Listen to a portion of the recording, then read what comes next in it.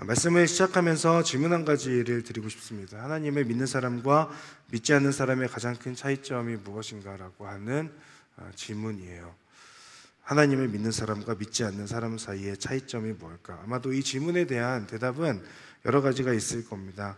각자의 생각 안에서 다양한 답이 있을 수 있어요. 저 또한 이 질문에 대한 답으로 몇 가지가 생각이 났는데요. 첫 번째는 삶을 대하는 목적이 다른 것 같습니다. 입신양명, 부귀 영화로 귀결되는 삶의 목적이 아니라 하나님과 함께하며 하나님의 뜻이 이 땅에 이루어지는 것을 목적으로 하게 되는 삶입니다. 마음의 중심에 내가 아니라 하나님이 계시기 때문이죠. 마음의 중심에 계신 하나님이 가장 우선되는 삶을 살게 되는 거죠. 또 한 가지는 삶의 방식도 차이가 있는 것 같습니다. 나를 최우선하는 이기적인 삶을 넘어서 타인을 존중하는 이타적인 삶으로까지도 나아가게 되는 것이죠. 왜냐하면 하나님을 사랑하는 것이 이웃을 사랑하는 것이라고 말씀하셨기 때문입니다. 그래서 굳은 마음으로 타인의 아픔을 공감하지 못하는 그런 삶이 아니라 부드러운 마음으로 혹은 따뜻한 바람과 같은 그런 마음으로 타인을 대하게 되기도 하는 것 같습니다. 그러다 보니까 시간을 사용하는 것도 다를 수밖에 없습니다. 우리는 자신이 생각할 때 가장 중요한 것에 먼저 시간을 쏟게 돼 있거든요. 하나님께서 무엇을 중요하게 여기시는지, 기뻐하시는지를 알기 때문에 그것에 가장 먼저 시간을 사용하게 되는 거죠. 사실 오늘 조금 덥기는 하지만 날씨가 너무 좋지 않습니까? 그런데 그 좋은 날씨 가운데도 이곳에 앉아서 하나님 앞에 예배를 드리는 것, 믿음이 없는 사람에게는 상상할 수 없는 일이지 않습니까? 하나님께서 예배를 기뻐하시는 것을 알기 때문에 우리가 하나님 앞에 나와서 하나님께 예배하는 그 자리 가운데 우리가 지키고 있는 것이죠. 하나님을 믿는 사람은 이와 같은 그런 사람이라고 볼 수 있어요. 반대로 이런 모습 혹은 이런 열망이라던가 이런 고민이 우리 가운데 없다면 하나님을 믿는 사람이 아니거나 혹은 겉으로만 하나님을 믿는 사람이거나 아니면 하나님을 믿고는 있지만 이제는 그 믿음이 너무 익숙해져 버려서 아무런 영향력이 없는, 영향을 받지 않는 상태에서 살아가고 있는 그런 사람일 가능성이 높은 것 같습니다. 그런데 말씀드린 이 삶의 목적과 방식과 시간에 대한 사용하는 그런 모습들은 하나님을 믿지 않는 사람들, 하나님을 믿지 않는 그 사람 중에서도 비록 그들이 믿음은 없지만 비슷한 삶의 모습으로 살아갈 수 있다고 생각합니다. 삶의 목적이 하나님과 하나님의 뜻이 아닐 뿐 여러 가지 평화를 목적, 지구의 평화를 목적으로 하거나 인류의 행복을 목적으로 하는 사람들 많이 있죠. 그리고 삶의 방식 또한 하나님을 믿지 않아도 공생하며 이타적인 그런 삶을 사는 분들이 우리 주변에 많이 있습니다. 자기 자신을 위한 것보다 다른 무엇인가의 시간을 더 많이 활용하고 봉사하는 사람들도 믿음이 없는 사람들 가운데에도 많이 있습니다. 그렇다면 하나님을 믿는 사람과 믿지 않는 사람의 가장 큰 차이점이 무엇일까 생각해 볼 때 그것은 믿음으로 주어지는 구원과 구원받은 자로서의 그 시민권이 이 땅에 있지 않음을 아는 것이라고 생각되어졌어요. 하나님 나라의 백성으로 사는 것이고 이 땅의 삶이 전부가 아님을 아는 것입니다. 이 땅을 사는 것이 순례의 여정이고 나그네의 삶이다라고 하는 것을 아는 것이죠. 그래서 지금 내가 가고 있는 향하고 있는 곳, 돌아가고 있는 곳이 있음을 알고 살아가는 겁니다. 이것이 하나님을 믿는 자들과 믿지 않는 자들 사이의 가장 큰 차이가 아닐까 생각했어요. 이런 차이가 발생하는 이유가 있는데 하나님께서 베푸신 은혜와 사랑을 깨달았는가 아니면 모르고 있는가에 대한 부분입니다. 그리고 그 은혜, 그리고 그 사랑을 내가 받아들였는가, 수용했는가 아니면 받아들이지 않았는가라고 하는 그 부분에서 이 극명한 차이가 발생하게 되는 것 같다라는 생각을 하게 됐습니다. 은혜와 사랑을 알고 은혜와 사랑을 깨닫고 의지적이든 혹은 불가항력적이든 수용함으로 구원을 받아서 죽음으로부터 벗어나 새 생명을 얻었다라고 하는 것을 아는 것, 그 가운데 나의 공로와 노력이 없다는 것, 그래서 하나님께서 나에게 선물로 주셨다라고 하는 것에 대한 분명한 믿음이 있는 사람이라면 믿지 않는 사람들, 구원이라고 하는 것을 모르는 사람들, 하나님 나라에 사는 것이 무엇인지를 모르는 사람들과 똑같은 삶을 살 수 없는 거죠. 성경에 보면 다양한 내용들이 많이 있습니다. 그 가운데 바로 이 지점, 내가 은혜로 하나님의 은혜로 구원을 받았다라고 하는 것, 그리고 이 땅에서의 삶이 전부가 아니라 하나님의 품으로 다시 돌아가는 그 삶의 여정 가운데 있다라고 하는 것을 분명하게 깨달았던 사람이 있습니다. 그 사람이 오늘 우리가 보는 사도 바울이라고 하는 사람이에요. 이 사람은 자기 확신으로 가득 차서 예수님을 믿는 사람들을 핍박했던 사람이었습니다. 스스로 그 사랑을 받을 자격이 없다고 생각했고 자신을 찾아올 거라고 생각하지도 않았어요. 그런데 그 사랑이 자신을 찾아오지 않습니까? 나는 네가 핍박하는 예수다 라고 하는 그 말 안에는 네가 나를 핍박하지만 그래도 나는 너를 사랑하고 그래서 너를 위해서 내가 죽었다 라고 하는 사실은 그 메시지가 그 안에 담겨 있는 것 아닙니까? 그 사랑의 메시지가 담겨 있고 그 모습 속에서 사울이라고 하는 이 사람 핍박하러 가던 그 길에서 예수님을 만나고 완전히 돌이키는 그런 삶을 살게 되는 거죠. 하나님께서 예수님을 통해 베푸셨던 은혜와 그 사랑을 깨닫게 되고 받아들입니다. 구원받았고 새 생명을 얻었음을 깨닫게 되었습니다. 자신의 공로와 노력이 아니라는 것을 알고 오히려 핍박하던 자신을 사랑한다고 말씀하시는 그 하나님의 음성 앞에, 예수님의 그 말씀 앞에 큰 충격을 받고 3일 동안 식음을 전폐하고 금식하며 고민하는 시간들을 가졌던 그런 사울이었습니다. 그는 그 시간 가운데 여러 가지 고민과 생각을 했을 겁니다. 그동안 나는 무슨 짓을 한 거지? 이제 앞으로 나는 어떻게 살아야 하는 것이지? 불현듯 자신을 찾아온 그 은혜와 사랑 앞에 그는 고민하는 시간 속에서 자신이 틀렸음을 인정할 수밖에 없었어요. 그러니 이전과 같은 삶을 더 이상 살 수 없게 되는 겁니다. 이전에는 자신이 예수님의 은혜를 몰랐지만 이제는 예수님의 은혜를 알게 되지 않았습니까? 그런데 어떻게 예전에 그 모습 그대로 예수님을 믿는 사람들을 핍박하러 다닐 수 있었겠어요? 그러니 지금 사울은 완전히 자신의 삶의 방향이 달라지는 그 경험을 하게 되는 겁니다. 이것을 회심이라고 하죠. 하나님의 부르심에 대한 응답입니다. 돌이켜서 삶의 방향의 전환이 일어납니다. 새 생명을 얻으며 다시 태어나는 것을 경험합니다. 그리고 사울에게는 새로운 삶이 주어졌어요. 새로운 삶이 시작되었다는 것은 이제는 새로운 목적 그리고 새로운 방식으로 삶을 살게 되었다라고 하는 것을 의미합니다. 회심 후에 시작되는 하나님의 뜻에 이끌리는 새로운 삶, 이것이 소명인 거예요. 사울은 하나님의 부르심에 응답하고 그리고 하나님의 부르심에 응답하고 하나님의 보내심에 헌신하게 됩니다. 사울의 눈에서 비늘 같은 것들이 떨어져 나가고 다시 볼 수 있게 되었죠. 그리고 그 3일의 그 시간은 사울을 완전히 바꿔놨어요. 그래서 성경에 보면 일어나서 회복된 이후에 세례를 받았다라고 그렇게 표현되어져 있습니다.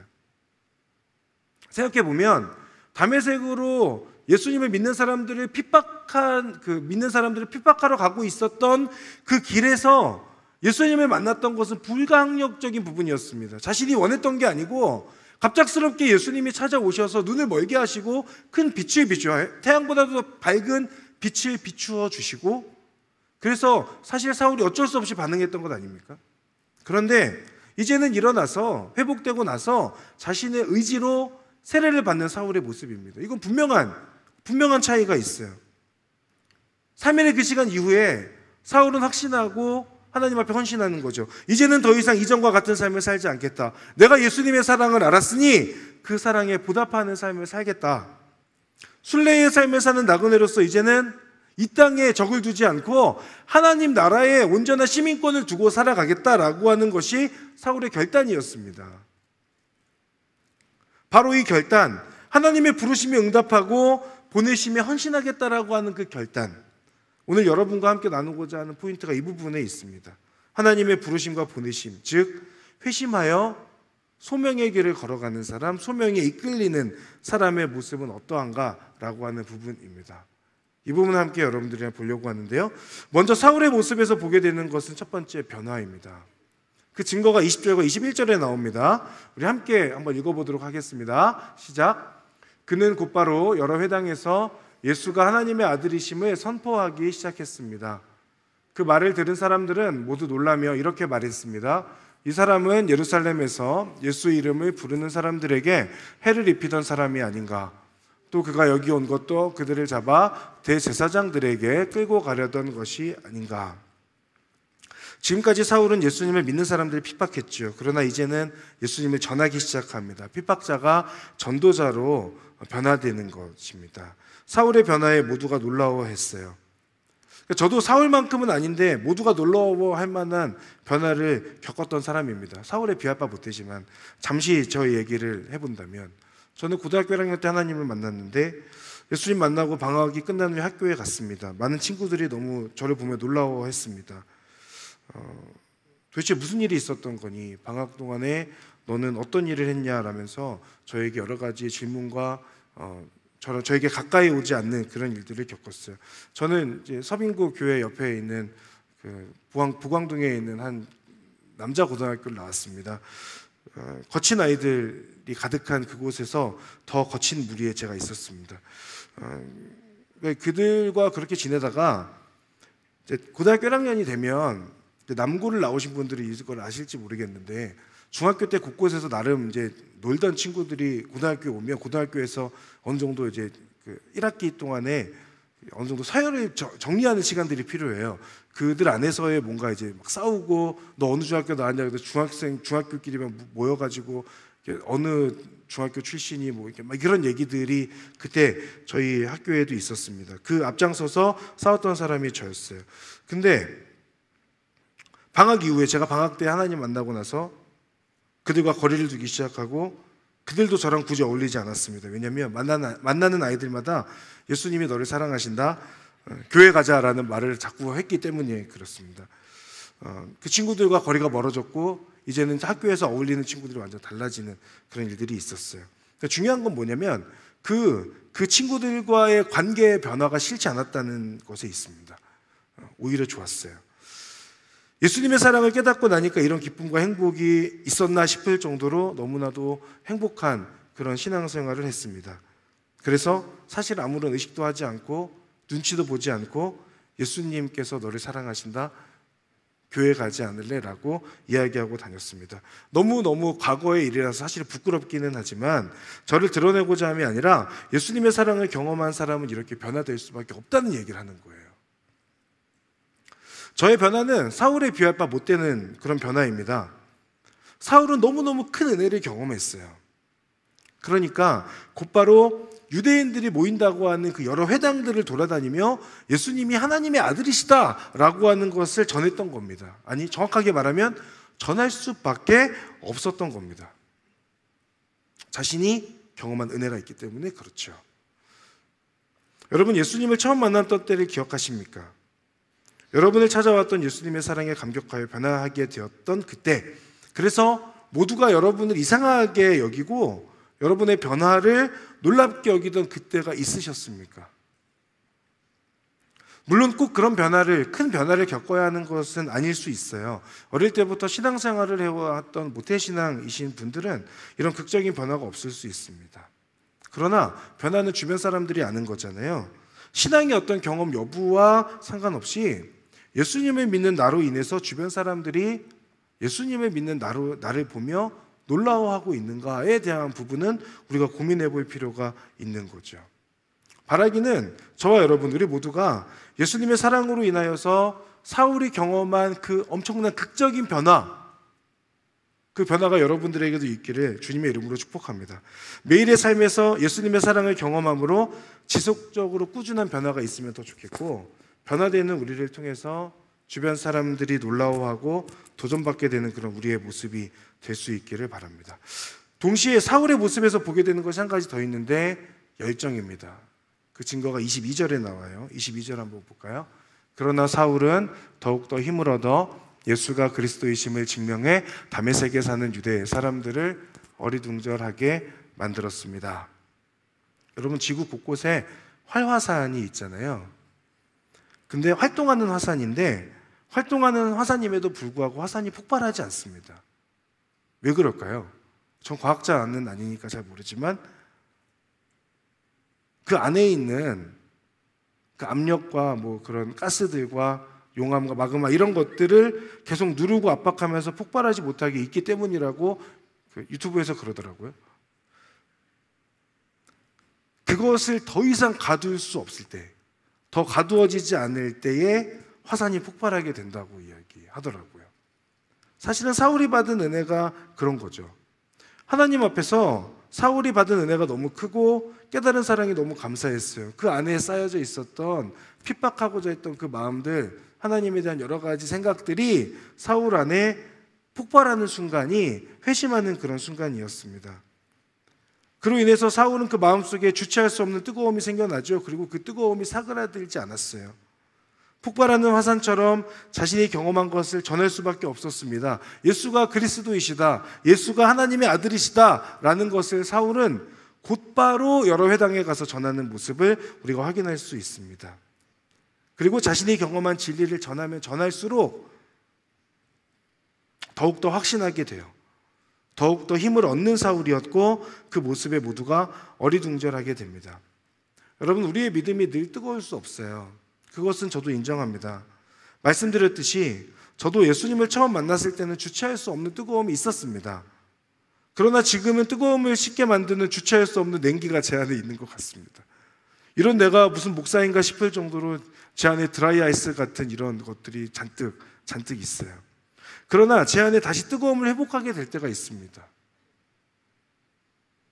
말씀 속에서 하나님께서 주신 은혜가 있을 때, 기도하는데 하나님께서 나에게 말씀해 주시는 것들을 듣게 될 때에, 지체들과 교제하고 그 가운데서 사랑을 느끼게 될 때, 설교를 준비할 때, 이럴 때 하나님께서 제 마음 가운데 다시금 따뜻한 그리고 뜨거움을 회복시켜 주시는 것 같아요. 그리고 또 있습니다. 아웃리치 현장 가운데 힘들지만 복음을 전하러 가면 그곳에서 경험하는 뜨거움과 은혜가 있죠. 사울이라고 하는 이 사람은 복음을 전할수록 더욱더 힘을 얻었다고 22절에서 증거하고 있습니다. 마음의 뜨거워짐을 경험했다라고 하죠. 우리는 보통 복음을 전하고 복음을 증거하면 소진된다고 생각합니다. 그러나 그 반대입니다. 복음은 전하면 전할수록 나를 더 뜨거워지게 하는 거예요. 연료 같은 겁니다. 나를 태우지만 나를 태우는 그 가운데 뜨거움을 경험하고 나의 뜨거워짐을 통해서 누군가를 더욱더 뜨겁게 하는 데까지 나아가는 것입니다. 이것이 신앙의 원리예요. 식지 않는 열정, 더 뜨거워지는 열정. 여러분, 하나님과의 만남의 그 누적됨을 통하여서 우리 안에 뜨거움, 하나님을 향한 그 뜨거운 열정들이 유지되고 지속될 수 있기를 바랍니다. 그리고 말씀 가운데, 기도하는 가운데, 또 모임하는 가운데, 그리고 아웃리치 현장 가운데서 하나님의 그 뜨거우심을 경험할 수 있길 바라고, 내 안에 뜨거워짐을 통하여 옆에 있는 사람이 뜨거워지는 것들을 경험하고 예수님을 모르던 사람의 마음 가운데 하나님의 그 뜨거운 사랑이 전해져서 그들이 하나님께로 돌아오게 되는 그 은혜를 경험하게 되기를 바랍니다.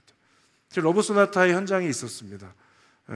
가장 뒤쪽에서 AD 역할을 하면서 예배를 섬기고 있는데, 그 일본 분들의 그 반응들의 그 모습들을 보면서 제 안에 뜨거워짐을 경험했어요. 저는 이런 얘기 해도 되는지 모르겠는데, 일본을 그다지 좋아하는 사람이 아닙니다. 저에게 일본은 이겨야 되는 대상이었고, 특히 축구 같은 건 무조건 이겨야 되고 이제 그랬었는데, 이번에 그 러브 소나타에 가서 저 스스로는 많이 회개했습니다. 일본은 이겨야 되는 대상이 아니라 섬겨야 되는 대상이구나. 왜냐하면 일본인들의 그 모습 속에서 하나님 앞에 나아오는 그 모습이 너무나도 감동이었어요. 뒤에서 보는데도 앞으로 무대 위로 이제 그 가스펠 라이트 그 시간에 무대 위로 다 올라오라고 하는 시간이 있었거든요. 근데 일본 분들이 다 올라가서, 물론 예배 시간 때문에 바로 내려가긴 했습니다만, 헌신할 사람 나오십시오, 예수님의 이름을 증거할 사람 나오십시오라고 하는데 여기저기서 일어나서 나오는 거예요. 저만 놀란 게 아니라 어제 강부호 목사님께서도 설교하실 때 본인도 회개하셨다고 말씀해요. 놀랐다고 말씀하시더라고요. 정말 그랬습니다. 그 모습 속에서 뜨거움을 저도 경험했기 때문에 그렇습니다. 뜨거움은 전달되는 거예요. 사울의 그 열정은 계속해서 옆에 사람들을 뜨겁게 만들었어요. 그리고 사울이 복음을 전했을 뿐 아니라 옆에 있는 사람들까지도 복음을 전하는 데까지 나아가게 되는, 그 가운데 쓰임받았던 사람이 사울이었습니다. 여러분에게도 그 뜨거움이 있기를 바라고, 여러분의 뜨거움을 통해서 누군가 주님을 믿게 되는 그 은혜가 여러분들을 통해서 일어나게 되기를 주님의 이름으로 축복합니다. 변화되어서 열정적으로 복음을 전하는 사울의 모습은 유대 사람들에게 가시 같은 존재였어요. 주변을 보면 내 편이면 너무 좋은데 상대편이면 참 힘들 것 같은 그런 사람 있죠. 네가 내 편이어서 참 다행이다, 네가 내 친구여서 참 다행이다 라고 하는 그런 사람이 있습니다. 유대인들에게 사울은 그런 존재였습니다. 유대의 그 율법에 정통했던 사람이었지 않습니까? 유대교를 해방하는 사람들을 앞장서서 처벌했던 사람, 그랬던 사람이 며칠 만에 상대편이 된 겁니다. 그냥 둘 수 없었죠. 그래서 23절에서부터 25절까지를 보면 시간이 없어서 그냥 넘어가겠습니다. 유대 사람들은 사울을 죽이려는 음모를 꾸몄다라고 그렇게 이야기합니다. 그때 사울이 그 계획을 알게 되고 성벽을 향해서 도망가는 그런 사울의 모습을 확인하게 되죠. 23절을 보면 이렇게 돼 있어요. 23절만 볼게요. 여러 날이 지난 후 유대 사람들은 사울을 죽이려는 음모를 꾸몄다라고 되어 있습니다. 여기서 여러 날이 지난 후라고 하는 표현은 갈라디아서 1장 16절과 17절의 내용을 참고할 수 있는데요.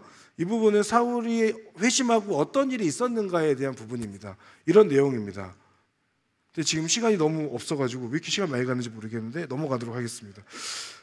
사울은 스스로 말하기를 회심했고 그때 그 사람들과 의논하지 않았다라고 말해요. 그런데 예루살렘으로도 가지 않았어요.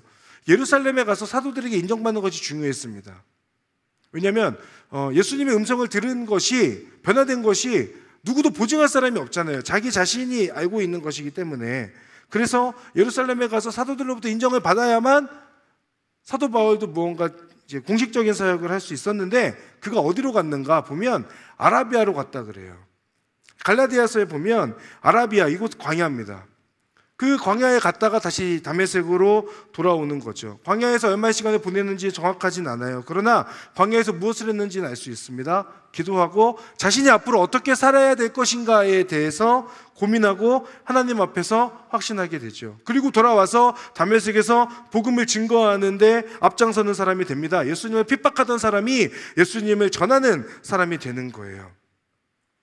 그렇게 하나님 앞에 씨름하고 고민하고 자신의 믿음을 다시 한번 세우고 정립하는 그런 시간들을 겪고 나서, 그리고 다메섹에 돌아와서 다시 복음을 전하는 사역들을 하게 될 때에 그 가운데 유대인들의 이제 분노를 일으키게 됐죠. 그런데 사울이 그 계획을 알게 됐습니다. 어떻게 알게 됐는지는 모르지만 알게 됐고, 그래서 그들을 피해서 사울이 도망하게 됩니다. 어떤 분들이 이렇게 생각하실 수 있어요. 아니, 복음의 열정이 가득했다며 그러면 자신을 죽이려고 하는 그 사람들에게 가서 복음을 전했어야 되는 것 아닌가? 그런데 성벽을 몰래, 밤중에 성벽을 타고 미리 몰래 도망가는 것이 맞냐? 라고 그렇게 생각하실지도 모르겠습니다. 그런데 저는 사울이 이렇게 도망간 이유를 이 부분에서 생각했어요. 갈라디아서 1장 16절 다시 한번 보면, 파란 책으로 제가 주황색으로 해놨는데, 하나님의 아들을 이방 사람들에게 전하게 하시려고 라고 사울 스스로 이야기합니다. 그 얘기는 뭐냐면, 사울은 자신이 무엇에 부름받고 보냄받았는가에 대해서 분명하게 알고 있었다는 것을 의미하죠. 하나님의 아들이신 예수님을 이방 사람들에게 전하게 하시려고, 사울 자신은 이방인의 사도로 부름받았다라고 하는 것, 그리고 이제 내가 보냄받아야 한다는 것을 분명하게 확신하고 있었습니다. 이 정체성이 분명했기 때문에 사울은 유대인들의 손에 그냥 그대로 죽을 수 없었던 거죠. 그래서 성 밖으로 도망쳐서 이방인의 사도로서의 소명을 붙들고 살게 됩니다. 그 이후 사울은 스스로 갖게 되었던 그 정체성에 흔들림이 없어요. 그리고 하나님 앞에 온전히 헌신하는 삶을 살게 됩니다. 하나님께서 부르신 이유는 보내시기 위해서입니다. 이것이 사울을 통해서 깨닫게 되는 그리스도인의 정체성이죠. 마찬가지로 우리 예수님을 믿는 그리스도인으로 우리가 부름받은 그 이유는 우리를 통해서 세워져야 할 하나님 나라의 영역이 있기 때문입니다. 우리 각자에게 맡겨져 있는 하나님의 부르심과 보내심의 그 영역, 소명의 자리가 있는 것이죠. 소명을 부여받은 하나님의 자녀라는 정체성이 확실하면 흔들리지 않을 수 있습니다. 그러니 사울이 지금 하고 있는 야반 도주는 도망이라기보다는 이 시점에서부터 이방인 선교가 본격적으로 시작되는 그 중요한 지점이 있었다고 보는 것이 맞는 것 같습니다. 세상 속에 살아갑니다. 그리스도인의 정체성을 가지고 살아갑니다. 그 정체성이 여러분 가운데 확실하기를 바랍니다. 그리고 흔들리지 않기를 바랍니다. 하나님께서 여러분을 지금의 삶의 자리 가운데 보내신 분명한 이유가 있습니다. 그 소명을 수행하기 위해서 때로는 사울처럼 그 자리를 피해야 될 때가 있을지도 모릅니다. 그러나 부딪혀 싸워야 할 때가 있을지도 모릅니다. 그 모습이 어떠하든 무엇이든 중요한 것은 확고한 그리스도인이라고 하는 분명한 정체성을 붙들고 살아가는 것임을 여러분 꼭 기억하셔야 돼요. 사울의 모습을 통해서 보게 되는 소명의 사람 마지막 부분, 동역자와 관련된 부분입니다. 사울 변화됐습니다. 그러나 다메섹에 있던 유대 사람들은 사울의 변화를 알았지만 예루살렘에 있는 사도들, 성도들은 사울의 변화를 믿지 못했어요. 왜냐하면 예루살렘 사람들이 기억하는 사울의 모습은 핍박하는 모습이었기 때문에 그렇습니다. 근데 오늘 본문을 보면 그런 사울이 인정받게 돼요. 이방인의 사도가 되기까지 몇 사람의 도움의 손길이 있었다는 것을 확인할 수 있습니다. 25절에 보면 사울의 제자들이 사울을 도와서 성 밖으로 내렸죠. 27절에 가서 보면 바나바라고 하는, 이전에도 우리가 나왔지만 그 바나바라고 하는 사람을 통해서 예루살렘에 있는 그 성도들 그리고 사도들에게 사울을 변호해주는, 바나바가 변호해주는 역할을 하게 됩니다.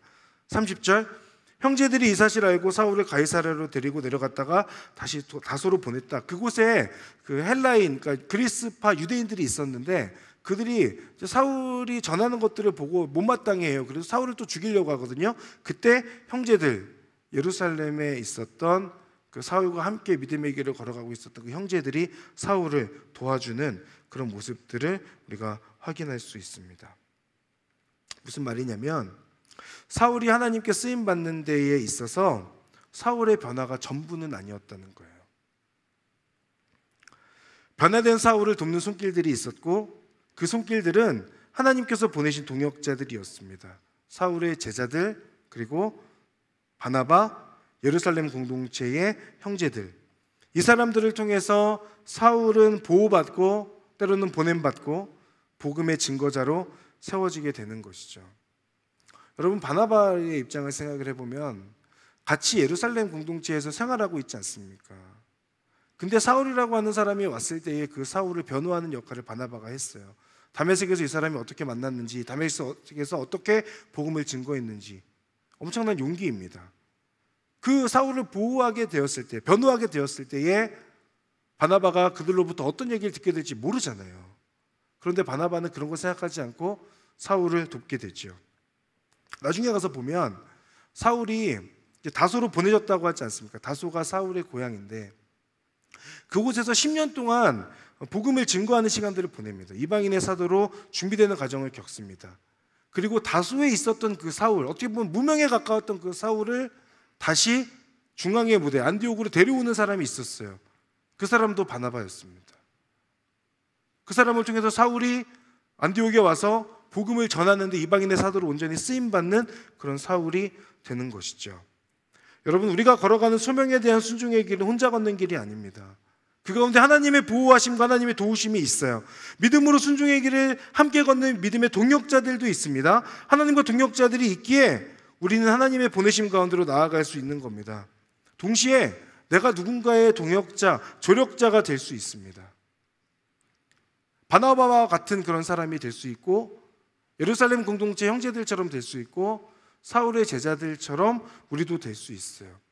트리키에에 있는 데이빗 선교사님의 동역자 우리이지 않습니까?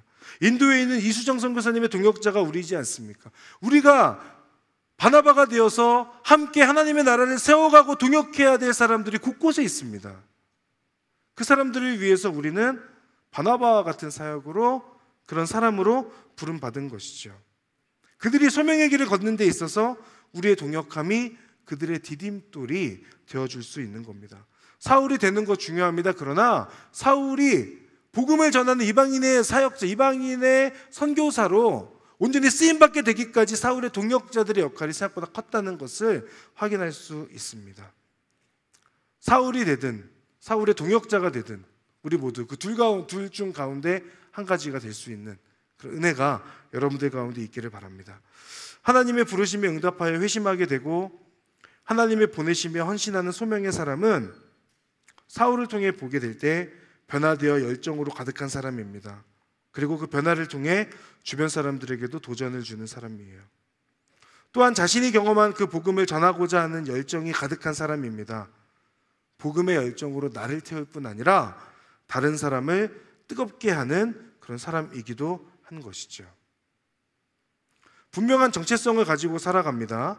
하나님의 복음의 통로, 복음을 전하는 축복의 통로가 되는 거예요.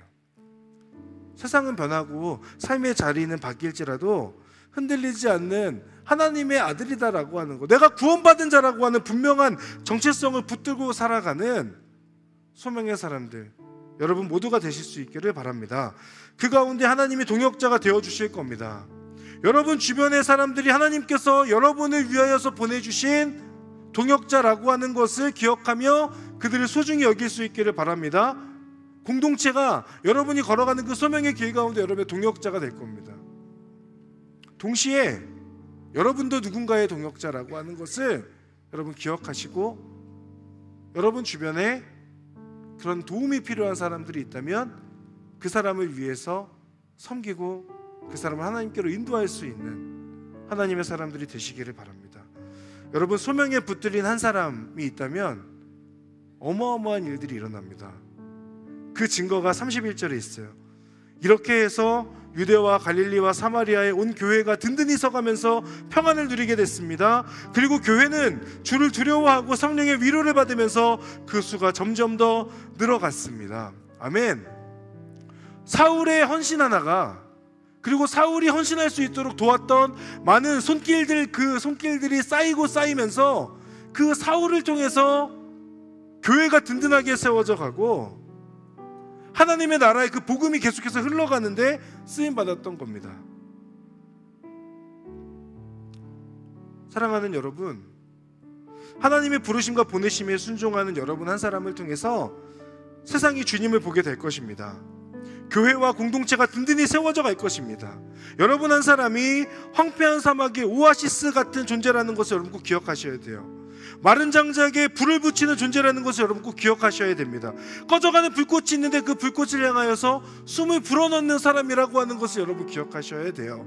그 정체성을 가지고 여러분의 삶의 자리에서 하나님의 그 은혜와 사랑을 증거하는 자로, 그 분명한 정체성을 붙들고 살아가는 자로, 하나님 나라를 세워가는 자로 여러분 모두가 쓰임받게 되기를 간절히 바랍니다. 소명, 하나님의 부르심과 보내심을 기억하며 하나님의 손에 붙들려 쓰임받는 하나님의 사람들 여러분 모두 되실 수 있기를 주님의 이름으로 축복합니다. 우리 함께 찬양하며 기도의 자리 가운데로 나아가겠습니다.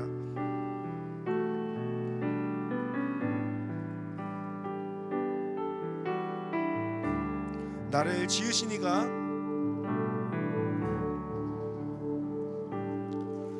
나를 지으신 이가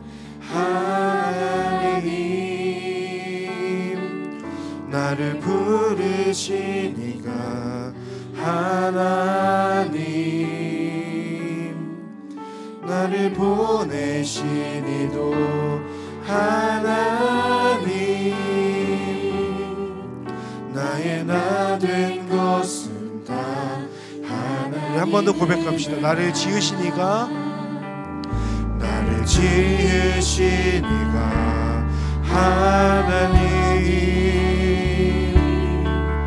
나를 부르신 이가 하나님, 나를 보내신 이도 하나님, 나의 나 된 것은 다 하나님을. 나의 달려갈 길 나가도록, 나의 달려갈 길 다가도록, 나의 마지막 홀 다하도록, 나로 그 십자가 품게 하시니, 나의 나 된 것은 다 하나님 은혜라. 한량없는 은혜, 한량없는 은혜,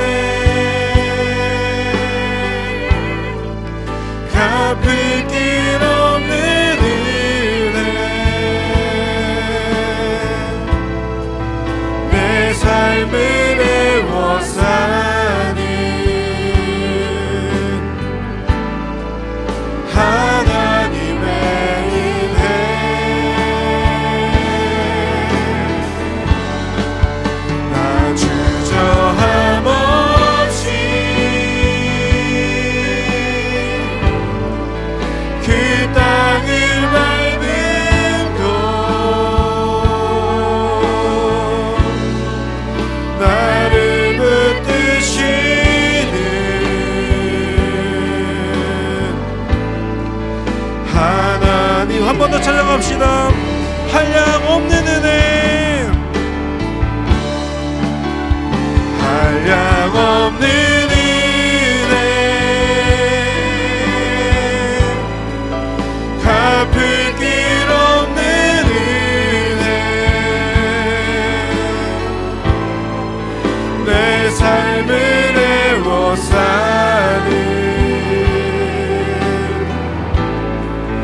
하나님의 은혜.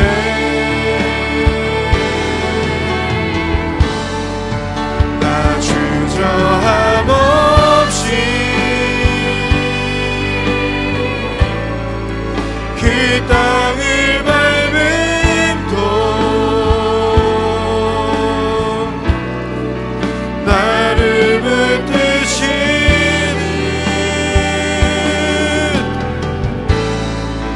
하나님의 은혜.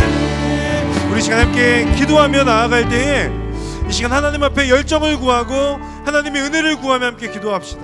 하나님, 제가 하나님을 처음에 만났을 때는 아무것도 두려워하지 않고 눈치도 보지 않고 하나님의 그 사랑과 하나님의 은혜를 증거하는 삶을 살았습니다. 그런데 어느 순간부터 내 안에 그 뜨거움과 열정이 사라졌습니다. 하나님 아버지, 다시 한번 저에게 열정을 허락하여 주시옵소서. 하나님, 다시 한번 그 믿음을 향한 하나님의 그 은혜를 붙들고 나아가는 그 뜨거움이 내 안에 회복되어질 수 있도록 인도하여 주시옵소서. 하나님, 그 뜨거움을 가지고 나의 삶의 자리 가운데에서 믿음의 삶을 살아내는 하나님의 사람이 될 수 있도록 주님 인도하시고 은혜 베풀어 주시옵소서. 그 뜨거움을 구하며 열정을 구하며 내 안에 하나님 열정을 허락하여 주시옵소서. 주여 한번 부르며 하나님 앞에 함께 기도하며 나가겠습니다. 주여, 사랑하는 하나님, 내 안에 다시 한번 하나님을 향한 뜨거움의 열정을 허락하여 주시옵소서. 하나님, 하나님을 붙들고 믿음으로 살아가는 하나님의 사람들이 될 수 있도록 인도하시고 함께하여 주시옵소서. 하나님, 흔들리지 않는 분명한 정체성을 가지고 믿음으로 살아가게 하여 주십시오. 아버지 하나님의 그 부르심 앞에 하나님 믿음으로 주님 쓰임받는 자 될 수 있도록 주여 인도하시고 함께하여 주시옵소서.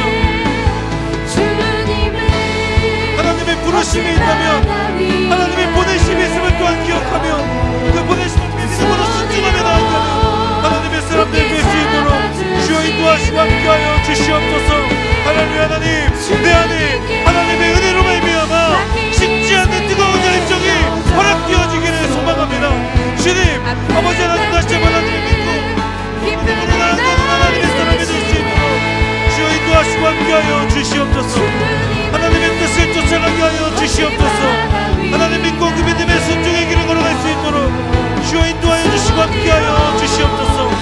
분명한 정체성을 가지고 믿음으로 살아가 하나님 아버지 그 가운데 하나님의 동역자가 되고 하나님 누군가의 아버지의 그 이름을 세워가는데 온전히 쓰임받는 하나님의 사람이 될 수 있도록 주여 인도하시고 함께하여 주시옵소서. 나를 통하여 예수 그리스도의 그 은혜와 사랑과 교회와 공동체가 든든하게 세워져갈 수 있도록 주님 인도하시고 함께하여 주시옵소서. 하나님의 뜻을 따라가는 믿음의 사람 되기를 소망합니다. 주님 인도하시고 함께하여 주시옵소서. 한 번 더 기도하겠습니다. 31절 이렇게 말씀합니다. 유대와 갈릴리와 사마리아에 온 교회가 든든히 서가면서 평안을 누리게 됐습니다. 그리고 교회는 주를 두려워하고 성령의 위로를 받으며 그 수가 점점 더 늘어갔습니다. 아멘. 여러분, 소명에 붙들린 그 한 사람으로 인하여 복음을 모르던 사람들이 복음을 알게 되고 믿게 됩니다. 그 안에 열정이 식어가던 사람들의 그 마음 가운데에 다시 한번 열정이 되살아납니다. 교회 공동체가 든든하게 세워져 갑니다. 그 가운데에 성령의 역사와 하나님의 인도하심과 그 하나님의 일하심이 소명을 따라가는 그 한 사람을 통하여 부르심과 보내심에 순종하는 그 한 사람을 통하여 놀랍게 일하게 됨을 보게 되는 것입니다. 여러분, 그 열망이 우리 가운데 있어야 되지 않겠습니까? 하나님, 제가 하나님 앞에 그 부르심을 받고 보내심을 받은 자로서 헌신하는 삶을 통하여 하나님 복음이 없는 곳에, 복음이 모르는 그 마음 가운데에 복음이 전해지도록 저를 사용하여 주시옵소서. 하나님 부족하나 그런 부족한 나를 보내주시는 하나님, 그 소명에 붙들린 인생 될 수 있도록 아버지 인도하여 주시고, 그 확고한 정체성을 가지고 믿음으로 나아가 아버지 죽어가는 그곳에 하나님의 복음을 흘려보내는 데 쓰임받는 하나님의 사람으로 저를 사용하여 주시옵소서. 우리 시간 주여 한번 부르며 이 부분을 위하여 함께 하나님 앞에 기도하며 나가겠습니다. 주여, 사랑하는 하나님, 하나님의 은혜를 건드리고 주님의 역사와 주님의 일하심을 구하며 나아가니 아버지 나를 통하여 우리를 통하여 예수 그리스도의 은혜와 사랑이 흘러갈 수 있도록 주님 인도하시고 함께하여 주시옵소서.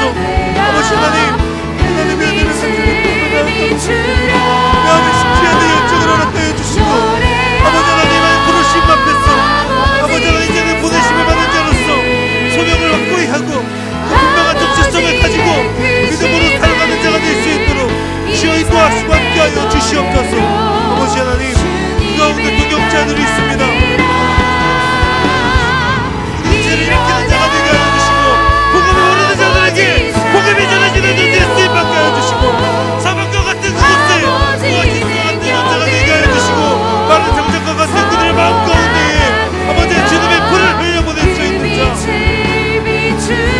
그들이 쓰임받는 믿음의 사람들이 될 수 있도록 주여 인도하시고 함께하여 주시옵소서. 하나님의 은혜를 구하며 나아갑니다. 주님, 하나님의 은혜와 사랑을 흘려보내 주시옵소서. 주님의 일하심을 온전히 보게 하여 주시옵소서. 나를 통하여 하나님의 은혜가 내 너를 세워져 날 수 있도록 주님 인도하시고 함께하여 주시옵소서. 사랑하는 하나님, 하나님께서 나를 불러주시고 그 부르심 앞에 죄인이었음에도 불구하고 새 생명을 얻은 자로 살아갑니다. 하나님, 기도하는 것은 그 부르심 가운데 순종하며 나아왔던 지난날의 시간, 그 가운데 다시 한번 하나님을 사랑하고 하나님을 위해 헌신하는 그 열정이 우리 가운데 되살아나기를 소망합니다. 어느 순간부터 흘러가는 대로 신앙생활하고 있었던 그런 나의 모습을 돌이켜서 처음에 하나님을 만났던 그 뜨거움, 그 열정과 하나님을 향한 숨겨지지 않았던 그 사랑의 그 시간들이 내 안에 다시 한번 회복되어짐을 통하여 하나님의 그 은혜와 사랑을 증거하는 데 쓰임받는 하나님의 사람들, 우리 모두가 될 수 있도록 인도하여 주시옵소서.